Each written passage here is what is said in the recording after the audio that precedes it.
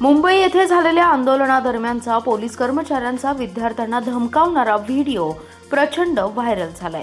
या व्हायरल झालेल्या व्हिडिओवर राष्ट्रवादी काँग्रेस पार्टी शरदचंद्र पवार पक्षाचे ज्येष्ठ नेते जयंतराव पाटील यांनी प्रतिक्रिया दिली आहे। जयंतराव पाटील म्हणाले की मुंबईतील एक पोलीस कर्मचारी लहान आंदोलकांना धमकावणारा व्हिडिओ प्रसारित झालाय। या पोलीस कर्मचाऱ्यांकडे ड्रग्ज येतात कुठून, पोलीस धमकी देतात याचा अर्थ त्यांना ड्रग्ज सहज उपलब्ध होतं। अशा पोलिसांचा ताबडतोब बंदोबस्त केला पाहिजे अशी मागणी त्यांनी केली आहे। तसेच मागील पावसाळी अधिवेशनात आपण वाढत्या ड्रग्ज बाबत सभागृहात मुद्दा उपस्थित केला होता। काही पोलीस या ड्रग्ज माफियांकडून हप्ते घेतात आणि हा काही पोलिसांचा सोर्स ऑफ इन्कम झालाय असंही मी म्हटलं होतं, असं त्यांनी नमूद केलंय।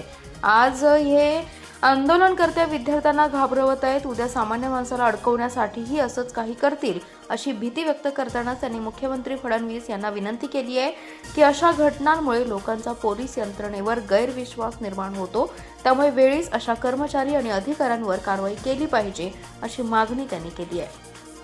आज मुंबईमध्ये एक पोलीस कर्मचारी गाडीत बसून अटक केलेल्या ताब्यात घेतलेल्या मुलांना धमकी देतानाचा एक व्हिडिओ बाहेर आला आणि त्यात तो पोलीस कर्मचारी मुलांना सांगतोय की तुमच्याकडं खिशात जर आम्ही तुमच्या पुडी बांधून टाकली तर तुमचं काय होईल याचा विचार करा। पोलीस लहान मुलांना धमकी देतानाचा हा व्हिडिओ आहे।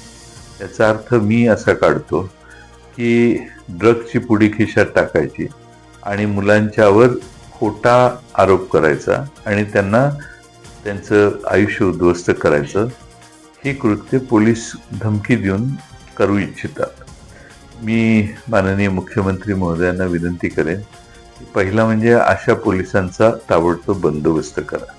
आणि मी विधानसभेमध्ये याची मागणी केलेली होती आणि ही शंकाही व्यक्त केलेली की पोलिसांचा ड्रग्जच्या कार्टेल बरोबर मोठा संबंध आहे आणि पोलिसांच्या ड्रग्जच्या वाढत्या जे प्रादुर्भाव आहे त्याच्यावर चिंता व्यक्त करताना मी असंही सांगितलेलं की आज पोलीस स्टेशनकडे ड्रग्ज कुठून येतात, माझी पोलिसाला एवढ्या सहजासहजी ड्रग्ज उपलब्ध होऊ शकतात याचा अर्थ पोलिसांच्याकडे ड्रग्ज आहेत असाच त्या वक्तव्याचा अर्थ होतो, कुणीही काढेल।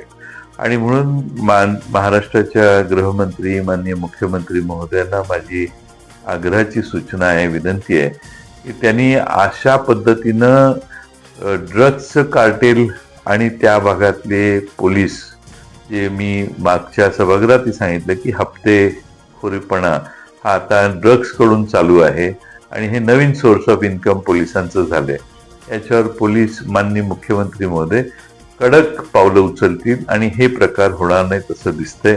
आता पोलिसांचा एखाद्याला घाबरवण्याचा प्रकार हा मुलांच्या बाबतीत आहे, विद्यार्थ्यांच्या बाबतीत आहे, आंदोलकांच्या बाबतीत आहे। तर उद्या सामान्य माणसाची वाट लावायची असेल तर त्या घरात पुढे नेऊन टाकली आणि त्याला अटक केली तरी शक्य आहे। म्हणून अशा पोलिसांच्यावर गैरविश्वास निर्माण करणाऱ्या ज्या घटना आहेत त्या घटना अतिशय चिंताजनक आहेत आणि मला वाटतं माननीय मुख्यमंत्री महोदयांनी त्यात ताबडतोब लक्ष घालावं।